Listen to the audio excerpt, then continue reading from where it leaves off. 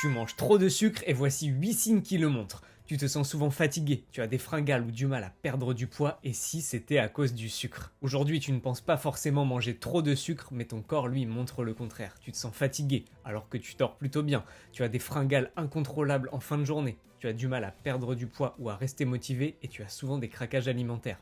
Ça, ce ne sont pas juste des petits signes anodins, c'est ton corps qui essaie de te dire quelque chose. Tu consommes trop de sucre, même sans t'en rendre compte. Et le plus fou dans tout ça, c'est que c'est pas forcément lié aux bonbons ou aux gâteaux que tu manges, parce qu'il y a plein de sucre caché partout dans notre alimentation. Résultat, fringales, fatigue, prise de poids, dérèglement hormonal et même baisse de motivation ou morale en berne. Dans cette vidéo, je vais te partager les 8 signes concrets qui montrent que tu manges trop de sucre, même si tu penses avoir une alimentation plutôt équilibrée. Et à la fin, je t'expliquerai comment rééquilibrer tout ça sans frustration et sans restriction. L'objectif, c'est pas d'arrêter le sucre à vie, c'est de reprendre le contrôle pour te sentir mieux. Signe numéro 1, les fringales sucrées ou les envies de grignoter. Si tu as régulièrement envie de manger sucré après les repas, et bah ça c'est un premier signe qui ne trompe pas. Souvent tu vas avoir des fringales vers 16-17 heures, ou alors juste après manger, ou alors le fameux en rentrant du boulot, ou alors même dans la matinée avant midi, ça veut dire que tu manges trop de sucre. Par exemple, si tu as faim avant midi, avant ton repas, et tu as envie de grignoter, ça veut dire que ton petit-déj est trop sucré et pas assez rassasiant. Et généralement, tu ressens quoi? Besoin de chocolat, besoin de bonbons, besoin de biscuits, besoin de pain. Et tout ça, ça montre que tu manges déjà trop de sucre. Et en réalité, c'est souvent lié à des variations de glycémie. En fait, tu vas donner à ton corps trop de sucre d'un coup. Derrière, tu vas avoir un crash de ta glycémie et ton corps va te demander du coup d'avoir un nouveau pic et de manger de nouveau du sucre. En fait, ce qu'il faut retenir, c'est que le sucre appelle le sucre. Plus tu vas en manger, plus tu auras envie d'en manger et moins tu vas en manger, moins tu en auras envie. La solution déjà pour commencer, c'est de revoir ton petit déjeuner et tes repas pour plus de satiété. Donc pour ça, amène moins de sucre, surtout le matin, et apporte plus de fibres, plus de protéines et plus de bons lipides. Signe numéro 2, c'est que tu es fatigué malgré une bonne nuit. Tu dors, mais tu te réveilles encore fatigué. Et souvent, ton énergie, elle descend en flèche vers 11 heures et vers 15 heures. Ça aussi, c'est un signe que tu manges trop de sucre parce que le sucre va t'envoyer des pics d'énergie intenses et des grosses chutes derrière. Alors sur le moment, tu le ressens pas forcément, tu ressens pas que tu as un pic d'énergie, parfois tu le ressens, mais derrière la chute, tu la sens et là, tu es souvent très fatigué. Pour ça, la solution, elle est très simple, c'est de réduire les sucres rapides et surtout réduire les sucres rapides dès le matin. Signe numéro 3, tu as une difficulté à perdre du poids, ou alors à perdre le gras du ventre ou le gras des cuisses, ou même pire, tu prends du poids. Tu fais attention, mais tu vois ton poids qui stagne, et bah ça c'est à cause du sucre, parce que le sucre va être stocké plus facilement, généralement au niveau du ventre et au niveau des cuisses, parce que manger sucré régulièrement peut empêcher ton corps de brûler du gras.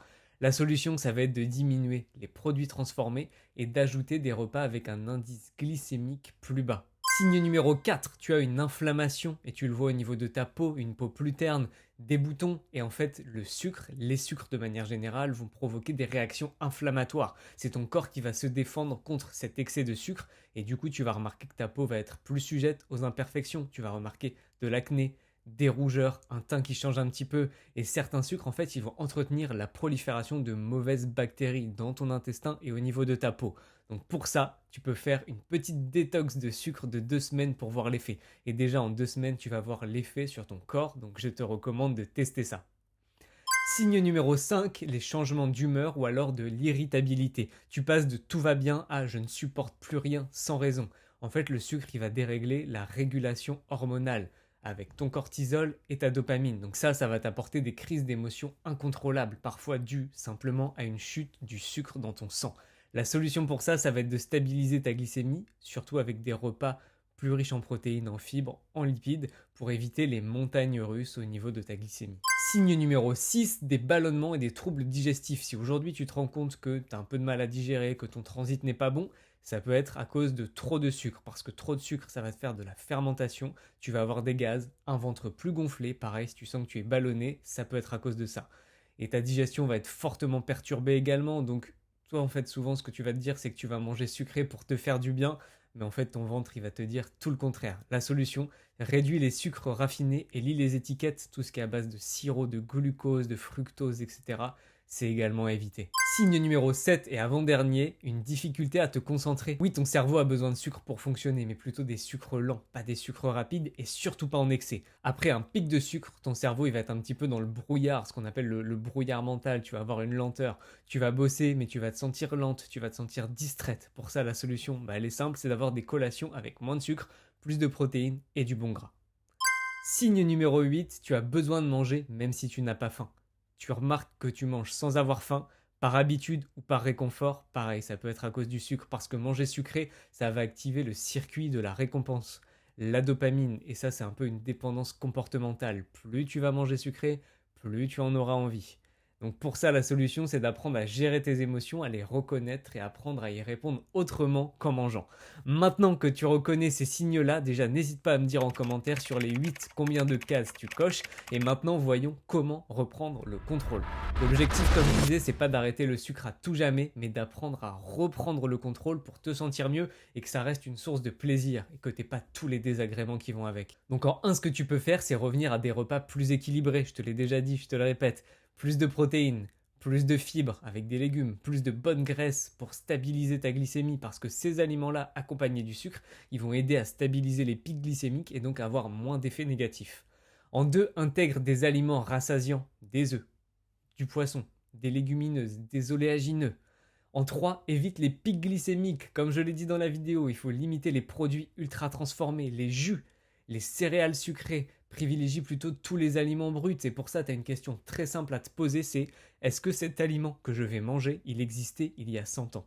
Si la réponse est non, et alors bien souvent, ce que tu dois faire, c'est supprimer ou limiter fortement cet aliment. 4. Remplace intelligemment. Tu peux commencer, au lieu d'arrêter complètement le sucre, mais diminuer tout ce qui est ultra transformé par des fruits par exemple, par du chocolat noir, par des desserts maison où tu vas baisser le taux de sucre parce que ça va t'apporter des plaisirs sans avoir tous les effets négatifs.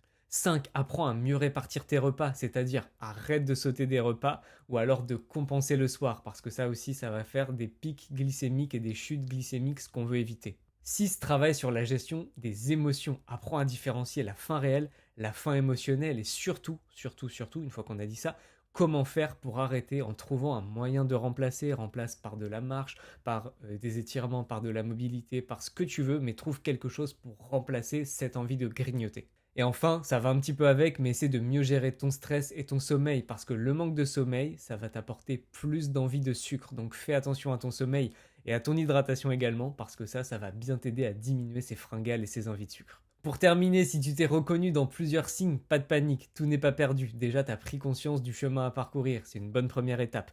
Et dans cette vidéo, tu as les clés concrètes pour savoir comment faire. Le but, c'est pas de te priver, c'est de prendre conscience et puis de diminuer un petit peu le sucre chaque semaine et comme ça tu vas retrouver plus d'énergie, une meilleure digestion, moins de craquage, une meilleure forme mentale, une meilleure concentration, une perte de gras, une perte de poids et un corps plus tonique. Alors ça vaut quand même pas mal le coup. Et dis-moi en commentaire combien de signes tu as coché et ce que tu vas mettre en place pour changer tout ça. Abonne-toi si tu veux d'autres vidéos pour reprendre le pouvoir sur ton corps et ton assiette et surtout, n'oublie pas de passer à l'action parce que chaque petit pas te rapproche de tes objectifs. Je te dis à mercredi prochain pour une prochaine vidéo.